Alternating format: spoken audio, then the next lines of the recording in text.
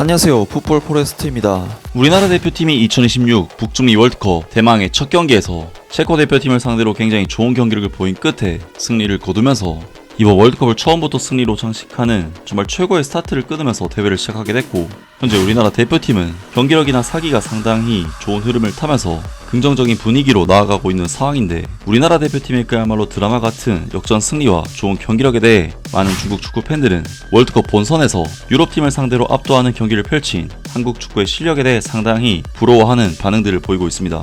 우리나라 대표팀은 지난 금요일 2026 북중미 월드컵 A조 1차전에서 체코 대표팀을 상대로 굉장히 중요한 경기를 치르게 됐었는데요.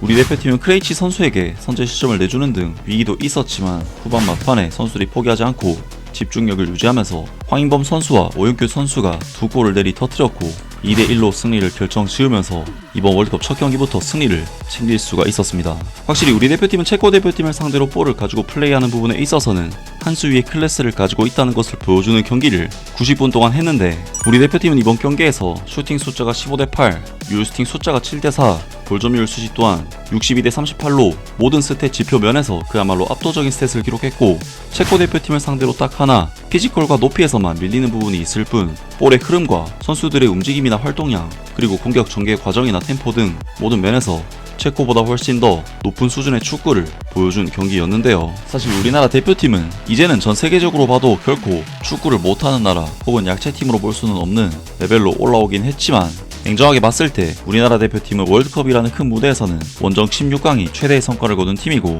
월드컵 무대에서 유럽팀을 상대로 압도적으로 주도하면서 잡아낸 경기는 거의 처음 있는 일이었기 때문에 이번 경기 체코를 상대로 한 우리 대표팀의 승리는 정말 놀라운 승리였습니다.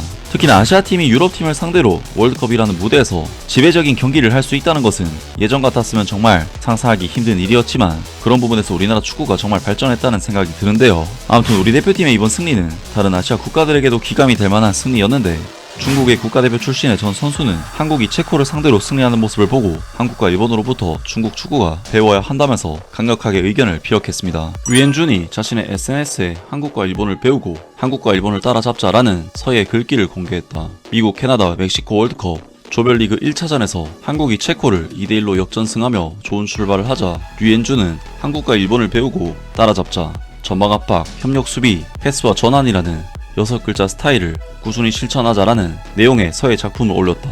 그는 여기에 배워야 할 것은 결국 배워야 한다. 괜히 부끄러워할 필요도 없다. 라는 글을 덧붙였다.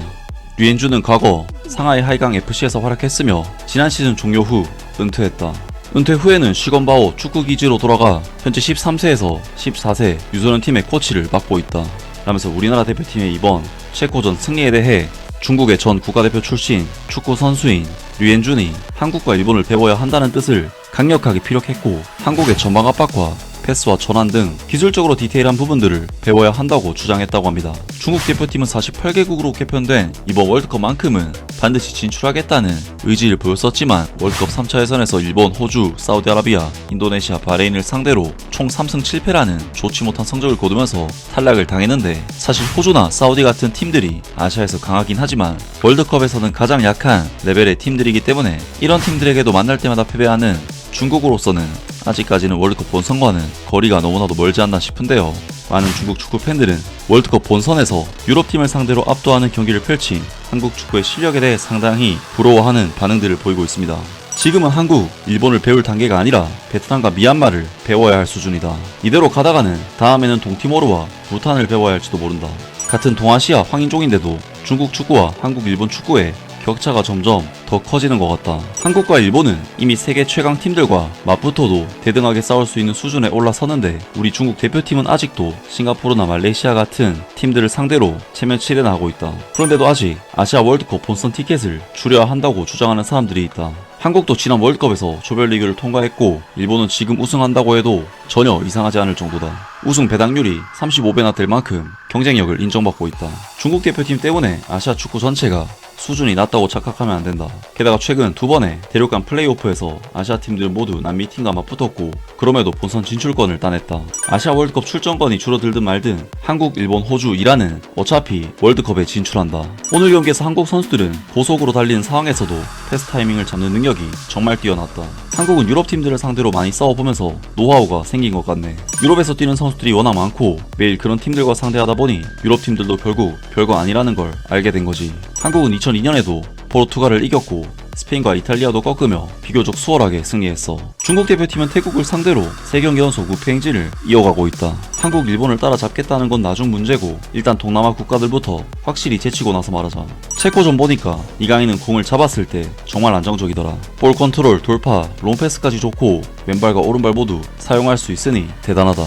중국에도 이강인 같은 볼 감각을 가진 선수가 있다면 정말 웃음이 절로 나올 텐데 이것이 우리와 상위권 팀들 간의 격차다. 월드컵 본선 참가국 수를 48개국으로 늘린 것도 사실상 중국을 본선에 올려보내려는 의도가 있었던 건데 중국 대표팀이 너무 못해서 그것조차 못 들어갔다. 중국 대표팀은 경기장에서 걷기만 할 줄 알지 월드컵에 나갈 자격은 아직 없다. 한국 대표팀은 정말 잘하더라. 중국 대표팀은 언제쯤 저 정도 수준에 도달할 수 있을까?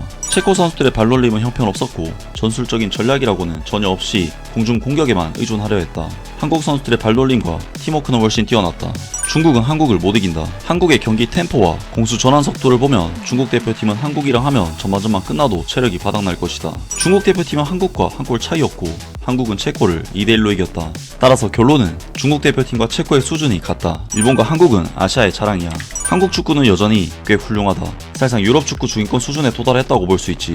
만약 올해가 중국 대표팀이 처음으로 월드컵 진출에 실패한 해였다면 한참 동안 아쉬워하는 것도 이해할 수 있다. 그런데 중국은 2002년을 제외하면 애초에 월드컵에 나간 적이 거의 없잖아. 대체 뭘 그렇게 한탄하는 거냐. 비유하자면 좋은 대학교를 갈 만한 성적을 받은 학생이 아깝게 떨어졌다며 아쉬워하는 건 이해할 수 있다. 그런데 지방 전문대 갈 성적밖에 안 되는 학생이 좋은 대학교 정문 앞에서 한숨 쉬며 나도 좋은 대학교 가고 싶었다고 하는 건 그냥 보여주기라는 거다. 나는 2006년에야 비로소 축구가 무엇인지 제대로 알게 되었고 그때부터 축구를 좋아하게 됐다. 그래서 지난 20년을 돌아보면 중국 축구는 사실 지금과 비슷한 수준이었던 것 같다. 꼭 퇴보했다고 보기보다는 그냥 제자리 걸음을 해온 셈이다. 물론 2018년 월드컵 예선 때는 잠깐이나마 희망적인 분위기가 있었던 것 같지만 전체적으로 보면 늘 비슷한 모습이었다고 느낀다. 등등 많은 중국 축구 팬들이 월드컵 본선에서 유럽팀을 상대로 우세한 경기를 하면서 승리까지 거둔 우리 대표팀의 경기에 대해 부러움과 함께 이를 따라가지 못하는 중국 축구에 대한 아쉬움을 드러냈습니다. 확실히 중국 대표팀 입장에서는 20년 넘게 월드컵 본선 무대도 밟지 못하고 있는 실정이고 심지어 이번 월드컵이 32개국에서 48개국으로 확대 개편이 됐음에도 아시아 지역 예선에서 탈락의 고배를 마시면서 월드컵 즉 세계 무대는커녕 아시아 레벨의 벽도 넘지 못하고 있는 상황이기 때문에 월드컵 본선 무대에 나가서 유럽팀을 상대로 지배하는 경기를 펼치면서 압도적인 경기력으로 승리를 거두는 아시아 팀의 모습을 옆에서 지켜보는 것은 당연히 중국 입장에서는 많은 생각이 들 수밖에 없을 것 같은데요. 정말 우리나라 대표팀의 이번 경기 승리는 아시아 축구의 저력을 보여준 승리였고 계속해서 좋은 기세를 이어갔으면 좋겠습니다. 아무튼 오늘 영상은 여기까지고요. 영상 재밌게 보셨다면 구독과 좋아요 그리고 댓글 부탁드립니다. 감사합니다.